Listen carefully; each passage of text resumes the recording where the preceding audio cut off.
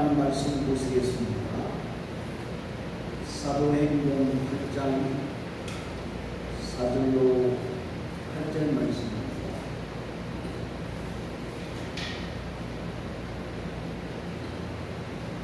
사도행전 8장 4절로 8절 말씀, 우리 다같이 하는 수로 말씀 받들어 보고 합니다. 그 흩어진 사람들이 두루다니며 복음의 말씀을 전할세 빌립이 사마리아성에 내려가 그리스도를 백성에게 전파하니 우리가 빌립의 말도 듣고 행하는 표적을 보고 한마음으로 그하는 말을 따른다. 많은 사람의 쫓겼던 더러운 귀신들이 크게 소리를 지르며 또 많은 중풍병자와 못 걷는 사람이 나오니 그것은 큰 기쁨이 있더라. 아멘. 하나님 아버지, 오늘 이 시간도 우리들의 마음을 만져주시고 말씀 안에서 새롭게 변화되게 하시고 어떤 상황 가운데서도 주님의 주신 말씀을 통하여 이 땅을 믿음으로 이겨나갈 수 있는 우리 모두를 만들어 주시옵소서. 주께서 오늘 또 역사해 주실 줄 믿고 예수님의 이름으로 기도드렸습니다. 아멘.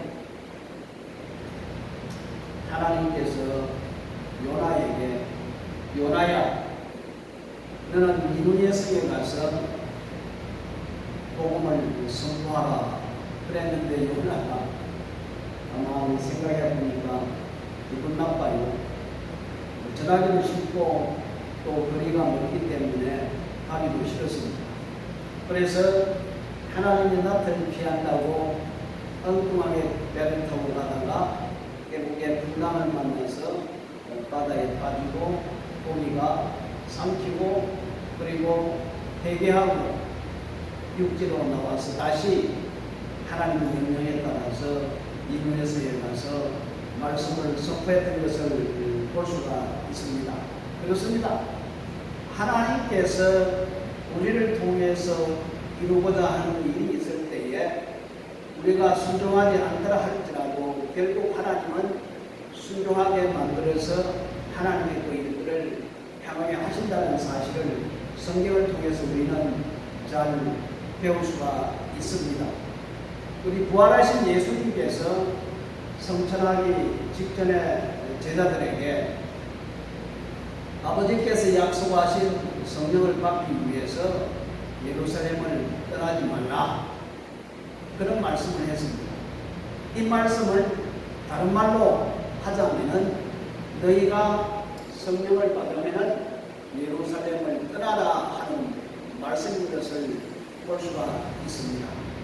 그래서 오순절날 마가의 다락방에 정말 성령이 불같이 바람같이 임했던 것을 볼 수가 있고, 그곳에 모인 모든 사람들이 성령의 충만함을 받고 하나님의 말씀을 예루살렘에 전하기 시작을 했습니다. 자, 예루살렘의 복음이 전해졌다면 그 다음에 온 유대와 사마리아로 나가야 되는데 이들은 나가지 아니하고 예루살렘에 머물러 있었습니다. 그래서 그때 큰 핍박이 예루살렘에 일어났다라고 말씀하고 있습니다. 핍박이 일어나자 야고보 사도는 목배임을 당하고 죄 없는 스데반은 돌에 맞아 순교를 당했습니다.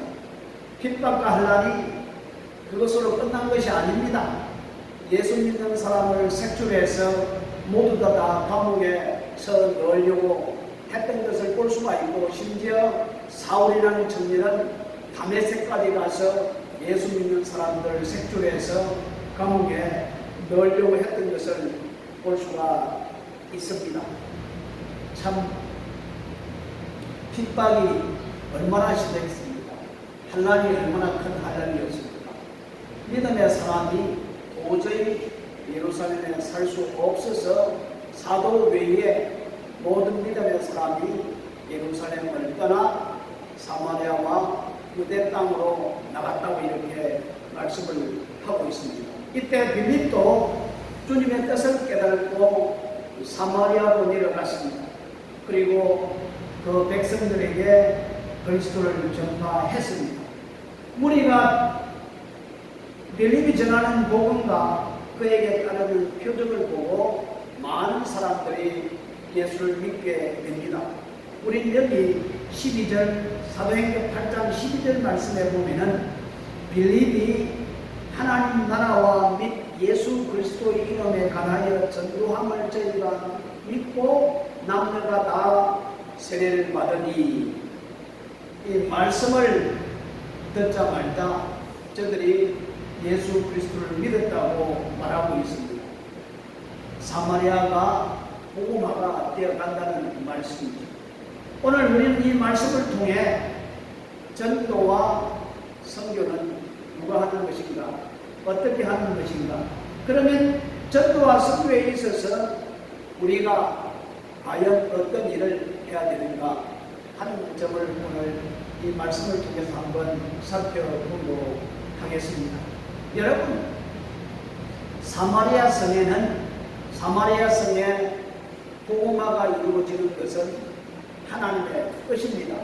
왜냐하면 우리가 너무나도 잘 알고 있는 사도행전 1장 8절 말씀에 보면은 오직 성령이 너희에게 임하시면 너희가 권능을 받고 예루살렘과 온 유대와 사마리아와 땅끝까지 이르러 내 증인이 되리라 하시니라. 여기에서 증인이 되리라 하는 말은 너희가 하는 것이 아니고 너희를 통해서 내가 하도록 하겠다라는 말씀입니다. 전도와 선교는 사람이 하는 것이 아니고 사람을 통해서 하나님이 하신다는 말씀입니다. 우리가 하는 것이 아니라 우리로 하나님이 하십니다. 주님이 하신다는 구체적인 정보가 무엇인가? 어떻게 사마리아 성에 복음화가 이루어졌는가? 그에 대한 증거, 어떻게 복음화가 이루어지게 되었는가를 한번 우리가 살펴볼 문제인 것 같습니다. 사마리아 복음화는 이루어지게 되어 있었습니다. 빌립이 가서 말을 잘해서 아주 유창하게 복음을 잘 전해서 복음화가 된 것이 아니라 우리 예수님께서 육신으로 있을 때에 이미 예수님께서 사마리아 성에 들어가서 복음을 전했던 것을 볼 수가 있습니다. 그러니까 사마리아 성에 복음화를 이룰 수 있는 기초를 닦아 놓은 사람이 누구냐? 바로 예수님인 것을 우리는 성경을 통해서 찾아볼 수가 있습니다. 예수님께서 이 공생애 때 사마리아 사람 세 사람을 만나서 복음을 전했습니다.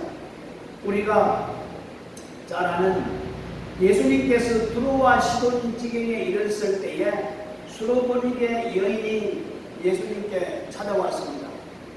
예수님, 우리 딸이 아주 더러운 귀신에 걸렸는데 좀 우리 딸을 좀 치료해달라고, 고쳐달라고 부탁을 했습니다.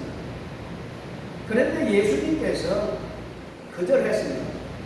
어떻게 거절을 했냐 하면은 자기의 떡을 취하여 개들에게 주는 것이 합당하지 않다. 여러분 한번 생각해 보십시오. 예수님이 이 여인을 향하여 자녀들의 떡을 취하여 개들에게 주는 것이 합당하지 않다는 말은 이 여인을 향하여 개라고 이렇게 말씀을 하고 있는 것입니다. 참 예수님이 해도 너무한 것 아닙니까? 왜 예수님이 이 여인을 향하여 이런 말을 했을까? 우리가 한번 생각해 보면은 아마 이 여인은 윤리적으로나 도덕적으로 아주 나쁜 삶을 살았던 것 같지 않는가?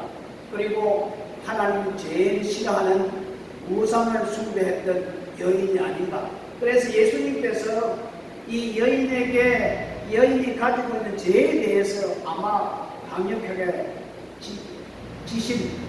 지적하지 않았는가 하는 그런 생각을 가져봅니다. 그런데요, 그 여인이 너는 개라고 하는 그 말을 듣고 뭐라고 이야기를 합니까? 올소이다마는 개도 주인의 상에 떨어지는 빵 구슬을 먹고 삽니다. 그래서 예수님이 그 믿음을 보시고 그 여인의 딸을 치료해 주었던 것을 볼 수가 있습니다. 여기에서 예수님께서 귀신 들린 가나안 여인의 딸을 치료해 주었다는 것은 예수님만이 귀신을 제어하고 내어 쫓을 수 있는구나. 예수님께서 귀신을 내어 쫓는 그런 권세가 있다는 겁니다. 이 권세는 왕의 권세라 이렇게 볼 수가 있죠. 우리 예수님께서 세 가지의 직분을 가지고 있는데 왕의 직분과 선지자의 직분과 제사장의 직분을 가지고 있는데 오늘 이 여인의 딸을 치료해 준 이 사역은 바로 왕의 권세를 가지고 귀신을 쫓아냈던 것을 볼 수가 있습니다. 또 예수님께서 누구를 만났습니까? 이 문둥병에 걸린 사마리아 사람을 만났습니다. 누가복음 17장에 보면 예수님께서 사마리아와 갈릴리 사이를 지나 예루살렘으로 가실 때에 문둥병 10사람이 멀리서 예수님을 향하여서 예수 선생님 우리들을 불쌍히 여겨 주옵소서 큰 소리로 외칩니다. 가까이 가지도 못하고 멀리 떨어져서 예수 선생님 우리를 불쌍히 여겨달라고. 여러분 이 성경에 기록되어 있는 문둥병자는 뭘 의미하고 있냐면 죄를 말하고 있습니다. 죄를 지으면 이렇게 비참하게 마지막 죽을 때 이렇게 된다는 것을 문둥병을 통해서 우리에게 가르쳐 주고 있습니다. 그래서 이 10명의 문둥병자들이 예수님을 향하여 외쳤더니 예수님께서 그들을 불쌍히 여기시고 그들을 치료해 주면서 너희들 제사장에 가서 보여라. 그래서 그들이 이제 제사장에 보이기 위해서 서로 가다가 서로 마주 보니까 문둥병이 깨끗이 나은 거예요. 그래서 10명이 제사장에 찾아가서 검사를 받고 그렇습니다. 이 문둥병이 걸렸느냐 나았느냐 이 심판하는 사람이 누구냐 바로 제사장입니다. 제사장만이 문둥병이 걸렸느냐 문둥병이 치료받았느냐 이렇게 판단할 수 있는 그런 권한을 가진 자가 바로 제사장이었습니다. 그래서 10사람이 제사장에 찾아가서 자기들이 문둥병으로부터 나았다는 것을 증명을 하고 10사람이 예수님께 와서 감사를 해야 되는데 9사람은 자기 집에 돌아가 버리고 사마리아 사람 딱 한 사람만 예수님께 돌아와서 엎드려 감사를 했습니다. 참 해배는 너무하죠. 그래서 예수님께서 돌아온 그 문둥병으로부터 나은 사마리아 사람에게 일어나라. 내 믿음이 너를 구원하였느니라. 예수님께서 그를 향하여 죄를 용서하고 구원을 선포해 주었습니다.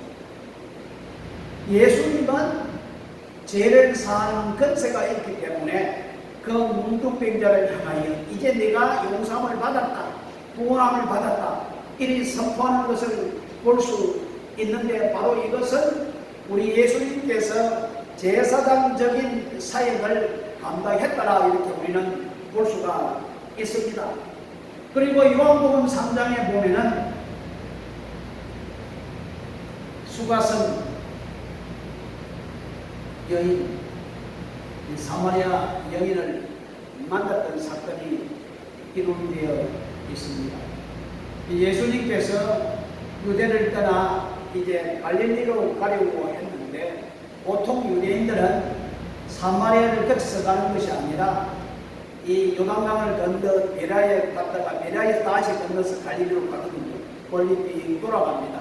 그런데 예수님은 일부러 사마리아 수가성에 찾아가서 누구를 기다리며 만났습니까? 가늠한 여인 결혼을 5번이나 하고 지금 같이 살고 있는 남자도 남편이 아닌 세상적으로 아주 좋지 않는 여인입니다. 그런데 예수님께서 우물가에서 그 여인을 기다리고 또 만나고 그 산물을 통해서 이야기를 하다가 결국에 예배의 자리까지 말씀이 이어졌던 것을 볼 수가 있습니다. 그래서 요한복음 4장 11절로 24절 말씀, 19절로 24절 말씀에 보면은 여자가 가로되 주여 내가 보니 선지자로소이다. 우리 조상들은 이 산에서 예배하였는데 당신들의 말은 예배할 곳이 예루살렘이라 하되이다. 예수께서 가라사대 여자여 내 말을 믿으라. 이 산에서도 말고 예루살렘에서도 말고 너희가 아버지께 예배할 때가 이르리라. 너희는 알지 못하는 것을 예배하고 우리는 아는 것을 예배하노니 이는 구원이 유대인에게서 남이니라. 아버지께 참으로 예배하는 자들은 신령과 진정으로 예배할 때가 오나니 곧 이때라. 아버지께서는 이렇게 자기에게 예배하는 자들을 찾으시느니라.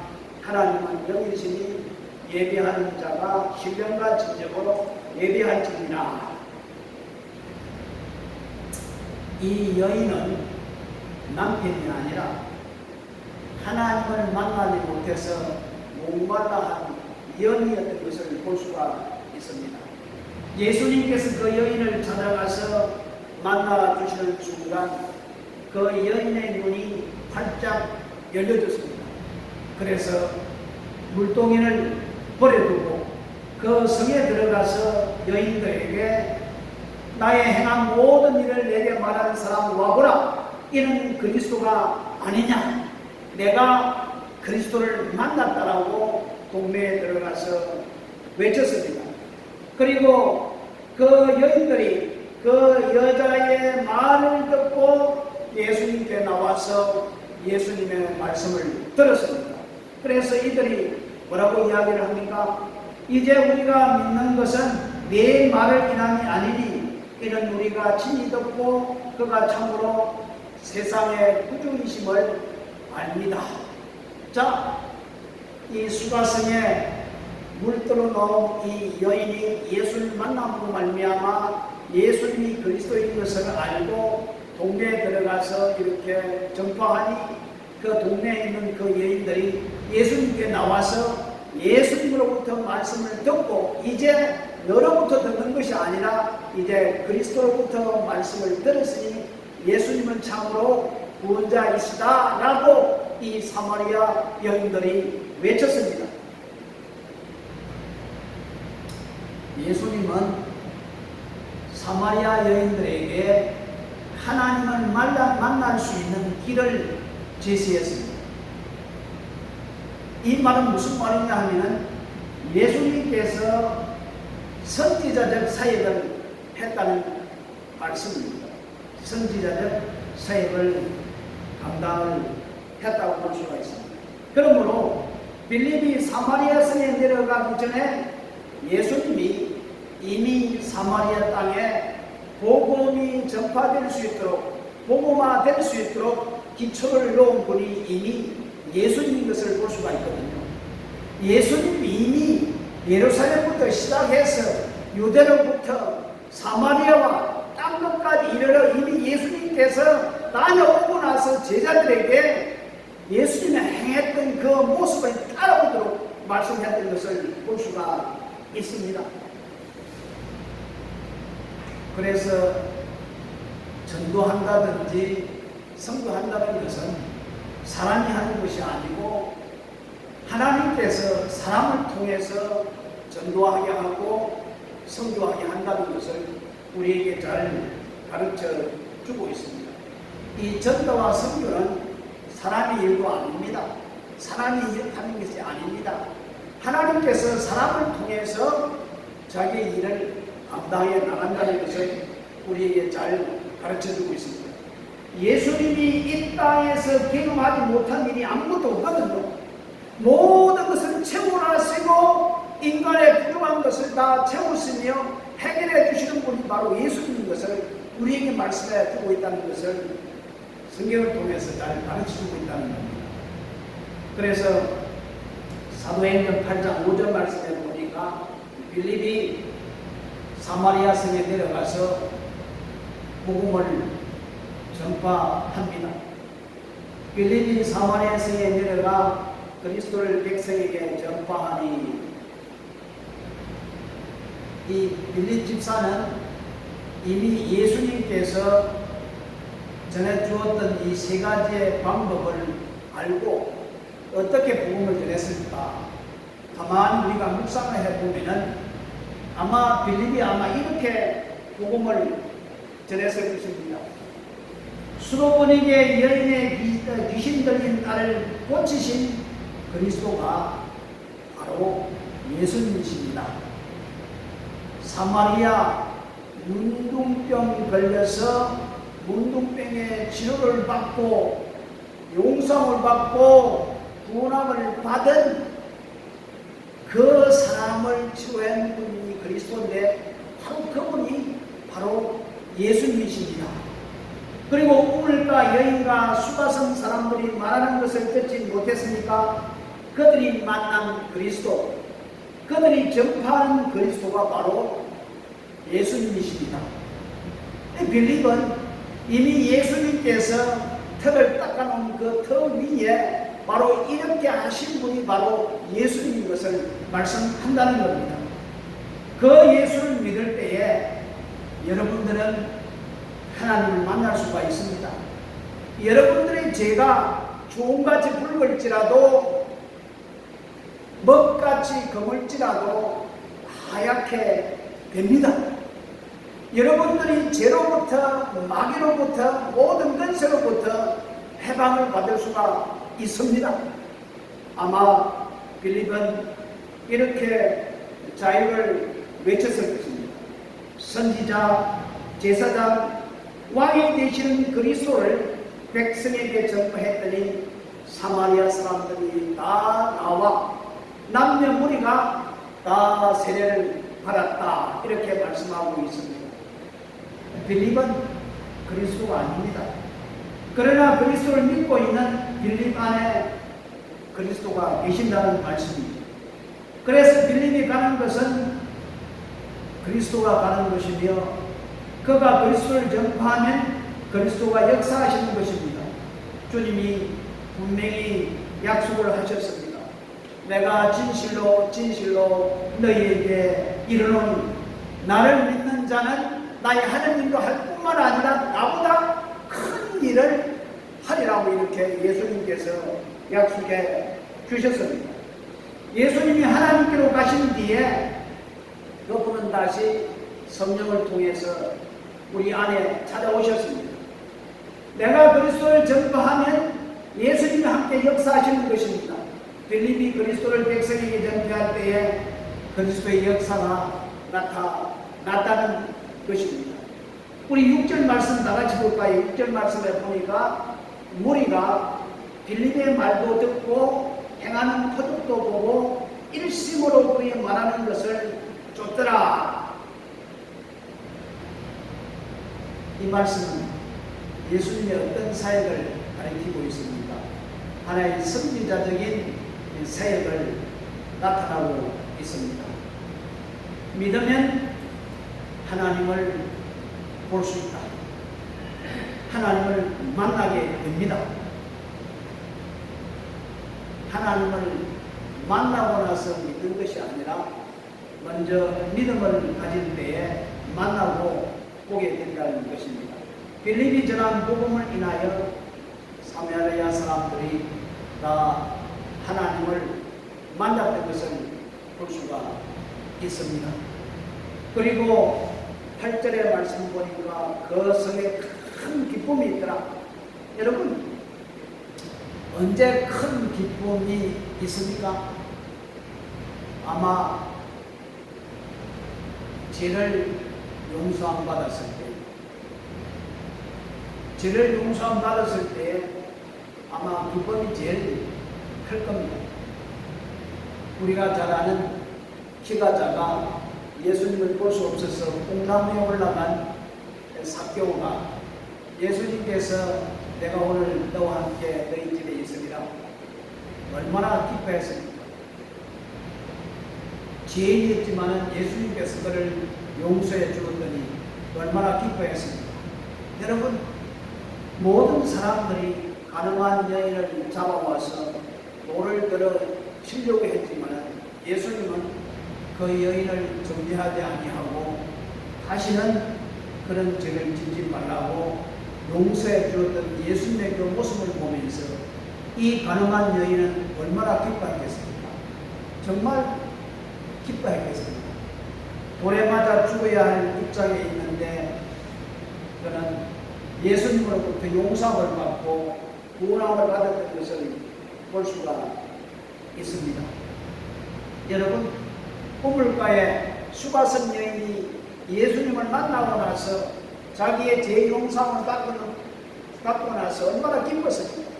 물 들어왔는데도 불구하고 물동이를 내버리고 기뻐서 수가성에 들어가서 여인에게 복음을 전하는 그 모습을 볼 때에 정말 복음으로 인하여 사마리아 성에 제사장적인 역사가 나타났던 것을 볼 수가 있습니다.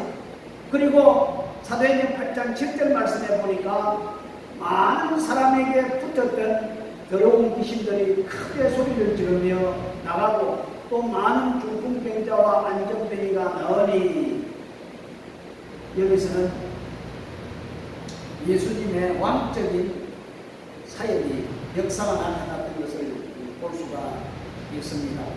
많은 사람들에게 더러운 귀신이 붙어 있었습니다. 귀신들이 크게 소리를 지르며 나갔습니다. 또 많은 중풍병자와 안전병이가 나음을 얻었습니다. 여러분, 우리가 한번 생각해 보십시오. 오늘날 이 시대에도 악한 영에 의해서 지배를 받는 사람이 있고 귀신에 사로잡혀서 살아가는 사람이 있습니다. 여러분, 자유라는 것은 무엇을 가리켜서 자유라고 합니까?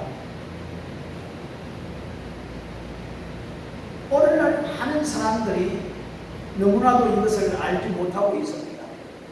악한 영에 의해서 지배를 받으면서도 그것이 종교를 하는지도 모르고 귀신에 이끌려 다니는데도 불구하고 그것을 알지 못하고 또 귀신은 가끔 가다가 사람들에게 질병도 갖다 준다고 말하고 있습니다. 특별히 오늘날 이 귀신들이 마귀가 하는 짓거리가 뭐냐면 어떻게 하면 예수 믿는 사람들이 하나님의 은혜를 받지 못하게 만들까 하는 것이 이들의 술책입니다. 어떻게 하면 예수 믿지 않는 사람들이 복음을 전했을 때에 저들의 마음을 흐리게 만들어서 예수를 믿지 못하도록 만드는 것이 저들의 술책인 것을 볼 수가 있거든요. 그런데 많은 사람들이 이 사실을 모르고 있다는 겁니다. 왜냐하면 빌립이 사마리아 성에 가서 복음을 전하니 귀신이 나가고 안전병자가 일어나고 중풍병자가 낫고 놀라운 역사가 일어난 것을 볼 수가 있거든요. 오늘도 이 시대에 귀신이 역사할 수 있고 귀신이 사람들을 조종할 수 있다는 것을 우리는 너무나도 잘 안다는 것입니다. 결국 주님의 능력이 아니고서는 우리가 귀신을 쫓아낼 때에 귀신을 제압할 때에 누구의 능력으로 누구의 이름으로 합니까? 주 예수 그리스도의 이름으로 주 예수 그리스도의 능력으로 우리가 하지 않습니까? 우리 속에 있는 예수 그리스도가 주 예수 그리스도의 이름으로 명한다 이 더러운 악한 영아 악한 귀신아 나올지어다 했을 때에 주께서 그 악한 영을 제어하고 쫓아내므로 말미암아 더 이상 역사하지 못한다는 것을 우리에게 잘 가르쳐주고 있습니다. 바로 이것은 예수 그리스도의 왕적인 사역인 것을 볼 수가 있습니다.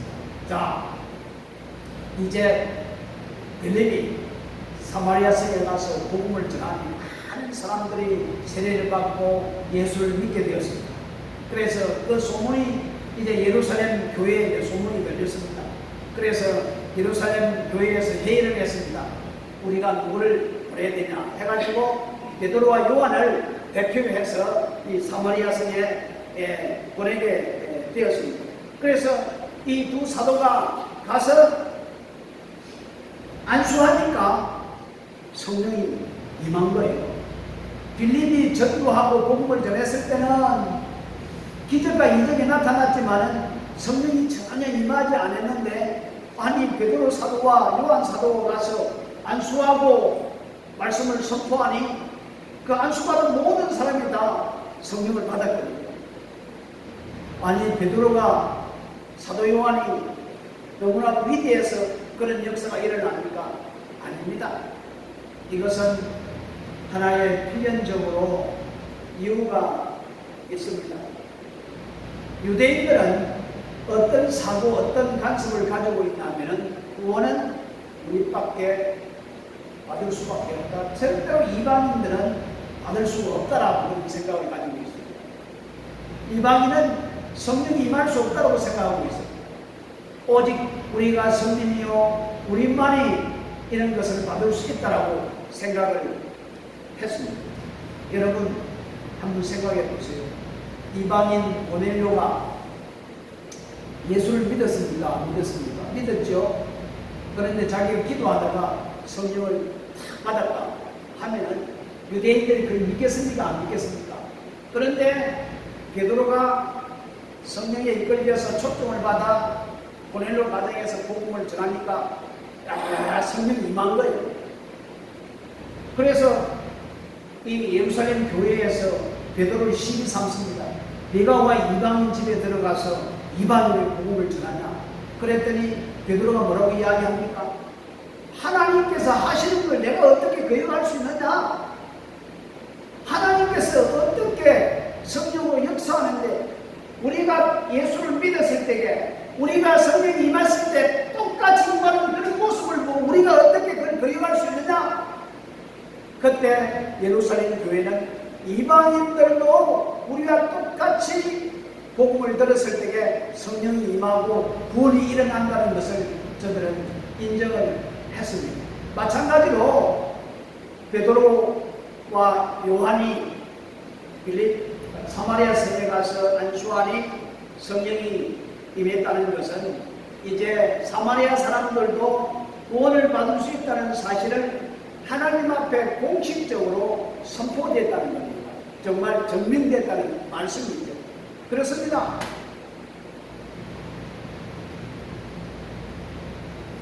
우리가 예수를 믿고 구원을 받았으면 우리가 하나님의 자녀가 되었다는 것을 어떻게 알 수가 있습니까? 성령으로 인쳐주셨다. 성령께서 우리 영에게 말해줌으로 말미암아 우리 영은 우리 혼에 우리 몸에 전달되어서 너는 하나님의 자녀라 이렇게 가르쳐 주는 거거든요.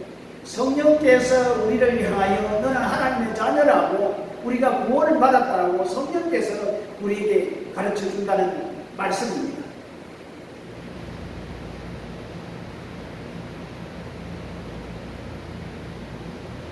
그렇습니다. 베드로와 요한이 사마리아 성에 내려가서 안수했더니 성령이 임했다 하는 것은 이제 사마리아 사람들도 공식적으로 예수를 믿고 구원받았다는 것을 정리해주는 하나의 사건인 것을 이렇게 볼 수가 있습니다. 사랑하는 성도 여러분, 사마리아 사람들이 구원을 받았다는 사실을 성령으로 증명해 주었던 것을 볼 수가 있습니다. 마찬가지로 우리들도 마찬가지입니다. 예수를 믿고 성령이 임할 때에 너는 하나님의 자녀라, 너는 하나님의 백성이라 이것을 증명해 주는 것이 바로 성령인 것을 볼 수가 있습니다. 그래서 우리는 흔들릴 필요가 없습니다. 왜냐하면 우리는 하나님의 백성이 되었고 하나님의 상속자가 되었고 영원한 하나님의 약속을 받은 언약의 백성이기 때문에 절대로 우리는 흔들리지 말아야 합니다. 물론 우리가 이 땅에 살아갈 때에 여러 가지 환경적인 요인이라든지 여러 가지 사건을 통해서 우리에게 약간의 시험을 안겨다 주더라도 성령은 늘 우리를 향하여서 너는 하나님의 백성이야. 너는 이미 구원을 받았어. 너는 하나님의 백성답게 살아가야 돼. 성령께서 우리 영을 통해서 우리에게 늘 가르쳐 주고 있다는 말씀입니다. 오늘 제가 왜 이 말씀을 전하냐 하면은 여러분 우리가 어려운 시기를 지금 지나고 있습니다. 자, 예루살렘에 예수를 믿는 사람이 핍박이 일어났을 때에 저들은 피할 수밖에 없었습니다. 그곳에 살면 잡혀서 감옥에 가니까 사도 외에 예수 믿는 사람이 다 유대와 사마리아로 떠났다. 핍박 때문에, 환난 때문에. 그래서 그들은 가서 뭘 했습니까? 물로 먹고 사는 일을 했겠죠. 그렇지만 그들은 복음을 전했던 것을 볼 수가 있거든요. 어려운 시기에, 핍박과 환난 시기에 그들은 복음을 전했던 것을 볼 수가 있거든요. 마찬가지로 오늘 이 시대에도 초대교회 성도들이 핍박으로 인해서 밖으로 나갔지만은 그 나간 그 기간에 복음을 전했던 것을 볼 수가 있거든요. 우리들도 이런 시기에 복음을 전하는 우리 모두가 되었으면 정말 좋겠습니다. 그걸 통해서 결국에 성령의 역사를 통해서 이루어진다는 겁니다. 이 보라카이도 하나님이 복음화 세워놓은 계획이 다 있다는 겁니다. 왜? 우리 사도행전 1장 8절에 보면은 보라카이도 복음화되는 하나님 계획을 세워놨거든요. 그러므로 우리는 때를 얻든지 못 얻든지 늘 우리 입술을 열어서 또 우리의 삶을 통해서 예수 그리스도가 우리의 구원자인 것을 선포하는 우리의 모든 믿음의 사람이 되기를 예수님의 이름으로 축복합니다. 기도하겠습니다. 고마우신 우리 아버지 하나님 참 감사합니다. 우리가 예수를 믿는 것도 하나님의 섭리를 통해서 하나님께서 우리를 사랑해 주시고 성령께서 역사의 중으로 말미암아 우리가 예수 그리스도를 통해서 구원을 받았습니다.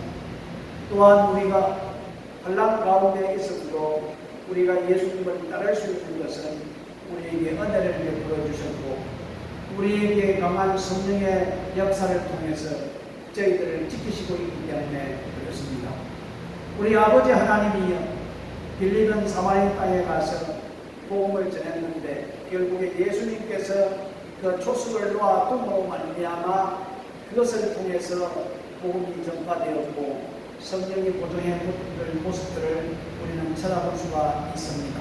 주여 오늘도 우리가 어려운 시기에 살아가고 있지만은 우리의 참된 생명을 받았고 또한 이 참된 생명을 다른 모든 사람들에게 나눠줄 수 있는 그런 믿음의 사람이 될 수 있도록 저희들을 붙잡아 주시고 힘 주시고 능력 베풀어 주시옵소서.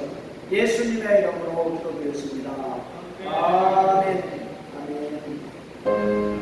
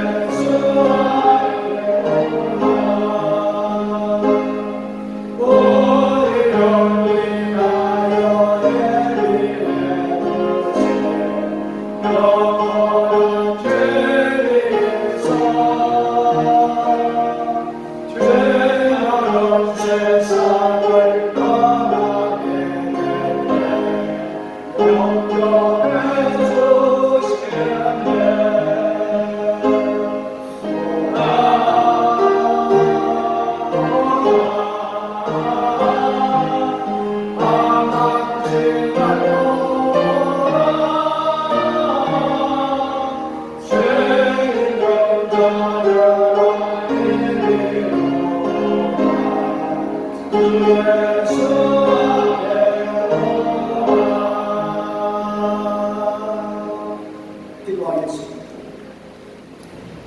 고마우신 우리 아버지 하나님, 오늘 이 시간도 저희들에게 말씀으로 양육해 주시고 또한 때를 따라 우리에게 은혜를 베풀어 주시어서 감사함으로 살아갈 수 있도록 축복해 주신 것 감사합니다. 아버지, 믿음의 백성들이 입술을 빌어서 행동을 통해서 하나님 앞에 감사하고 모든 이에게 감사할 때에 우리 아버지 하나님께서는 더 큰 감사의 조건을 베풀어 주시어서 우리가 더욱더 입을 크게 들려 하나님께 감사하며 모든 이에게 감사하며 살아갈 수 있는 아름다운 삶이 될 수 있도록 우리 아버지 하나님 축복하여 주시옵소서. 오늘 이 시간도 귀한 예물을 준비하여 하나님 손에 올려드립니다. 주여 받아 주옵소서.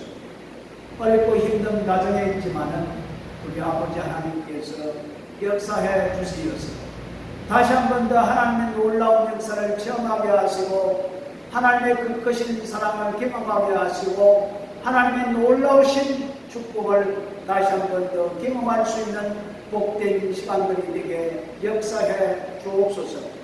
특별히 주님 앞에 간절히 간구하는 것은 이 코로나19가 정말 변화되어 우리에게 유익을 갖다주는 축복을 갖다주는 그런 전화이복의 기회가 될 수 있도록 우리 주님 역사하여 주시고 오늘 이 시간도 우리 아버지 하나님께서 우리를 향하여서 축복해 주시고 지켜 주옵소서.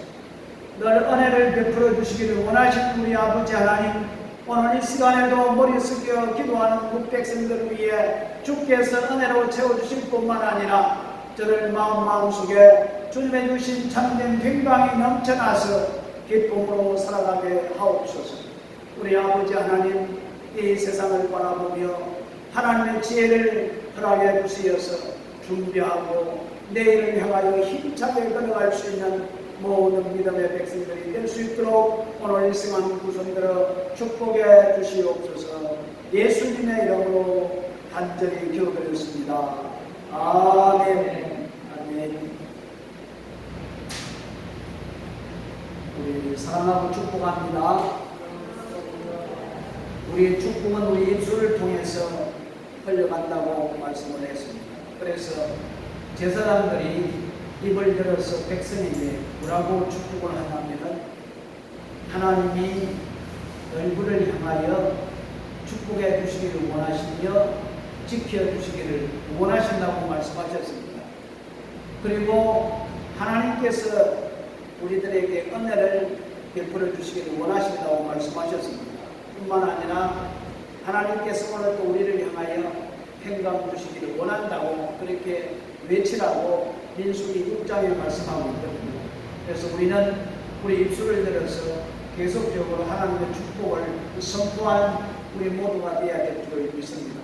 그래서 우리 모두가 하나님의 축복과 하나님의 지키심과 하나님의 은혜와 하나님의 평강이 우리 삶 속에 넘쳐나는 삶이 되기를 다시 한 번 더 축복합니다. 오늘은 셋째 주일입니다. 한 주간도 하나님의 은혜 가운데 믿음으로 살아갈 수 있도록 승리할 수 있도록 우리는 늘 말씀과 기도로서 살아가야 될 줄 믿습니다. 특별히 나라를 위해서 기도 많이 해 주십시오. 정의와 진리로 나라가 정화되고 불법이 사라지고 교회를 위하여 기도해 주시고 코로나19 사태로 인하여 우리들에게는 전화위복이 되고 선으로 이루어질 수 있도록 중보기도해 주시면 감사하겠습니다.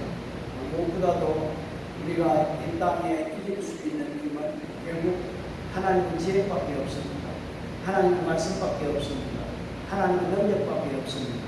우리가 기도해서 그것을 얻어서 내일을 준비하고 또 오늘의 최선을 다하여 믿음으로 살아갈 수 있는 우리 모두가 되었으면 좋겠습니다. 아마 이 나라 정부에도 7월 31일 되면은 아마 어떻게 할 것인가를 아마 발표를 할 모양입니다. 아마 풀겠죠. 이래도 사람들이 죽고 안 그래도 사람이 죽으니까 결국에 다 풀고 아마 나가지 않는가. 그래서 우리는 그에 대해서 대비하며 기도하며 나가야 될 줄을 믿습니다. 자, 여러분, 우리 뉴스를 잘 안 보는데 가끔가다 뉴스를 보면은 참 마음에 좀 편안해야 되는데 그냥 화가 올라와요. 되도록이면 뉴스를 안 보려고 그러는데 그래서 우리 대한민국을 이끌고 있는 악한 영을 대정하시고 정말 잠자고 있는 백성이 깨어나서 정의를 외치게 하고 동성애와 차별금지법, 인격교회와 같은 악한 법을 제정하려고 또 한쪽에서는 안 된다, 한쪽에서는 된다 지금 아마 열심히 싸우고 있는데 이 차별금지법이 통과되는 참 문제가 심각하거든요. 이것이 통과되지 않도록 다시 철회될 수 있도록 우리가 기도해야 될 줄 믿습니다. 그렇습니다. 하나님께서 집을 세우지 아니하시는, 하나님께서 교회를 세우지 아니하시는, 하나님께서 나라를 세우지 아니하면 그 세우는 자가 다 커서라고 말씀을 하고 있거든요. 결국 우리는 하나님 손에 달려있다는 사실을 믿고 더욱더 하나님 편에 서서 하나님과 더불어서 싸워 나가야 될 줄을 믿습니다. 우리 특별히 성도들 가정과 기업과 직장을 위해서 기도해 주시고 이 보라카이 땅이 속히 회복될 수 있도록 여러분이 기도가 필요합니다. 그리고 베트남 정동상 선교사님 건강과 사역을 위해서 여러분 기도해 주시기 바랍니다. 여러 가지 어려움들이 많이 있지만은 하나님의 은혜 가운데 건강도 회복되고 가고 또 일들도 좋은 일들이 계속 일어난다고 합니다. 정용상 베트남 사역하고 있는 정용상 선교사님을 위해서 기도해 주시기 바랍니다. 다른 거 없으면은 54장 산송하고 예배 마치도록 하겠습니다.